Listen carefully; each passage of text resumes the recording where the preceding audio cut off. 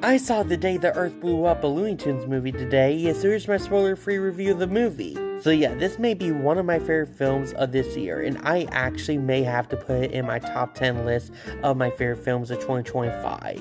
In that list so far, we have Companion and The Day the Earth Blew Up, a Looney Tunes movie. I have waited years, and I mean years, to see a fully hand-drawn animated movie again in theaters, and this movie delivered that to me. I honestly kind of did tear up a bit while watching this movie, just seeing how much hard work the animators had to put in for a full-length theatrical hand-drawn Looney Tunes movie. Do me a favor, guys, actually go see this movie in theaters.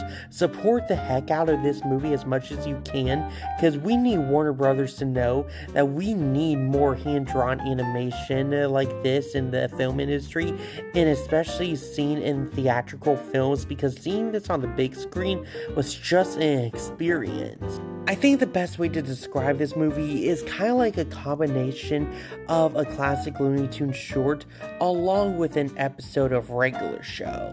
And what I mean by that is basically what happens in regular show is that Mordecai and Rigby are asked to do a simple mundane task, but when they're asked to set up the chairs, they release a demon from a video game.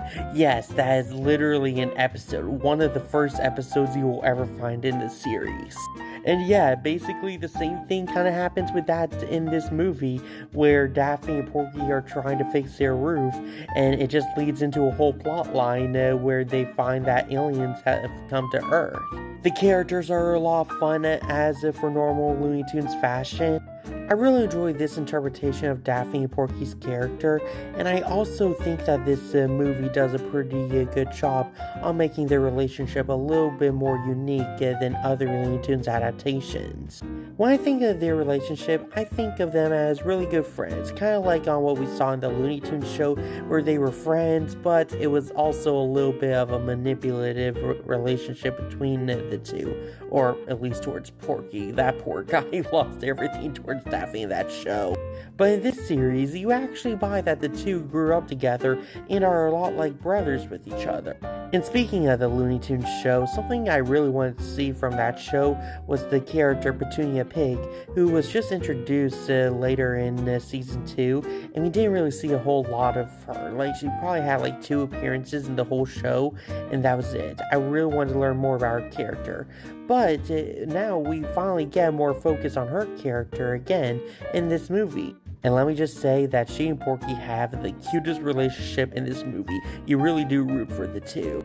In the comedy in this film, oh my gosh, especially the visual comedy, it is so good.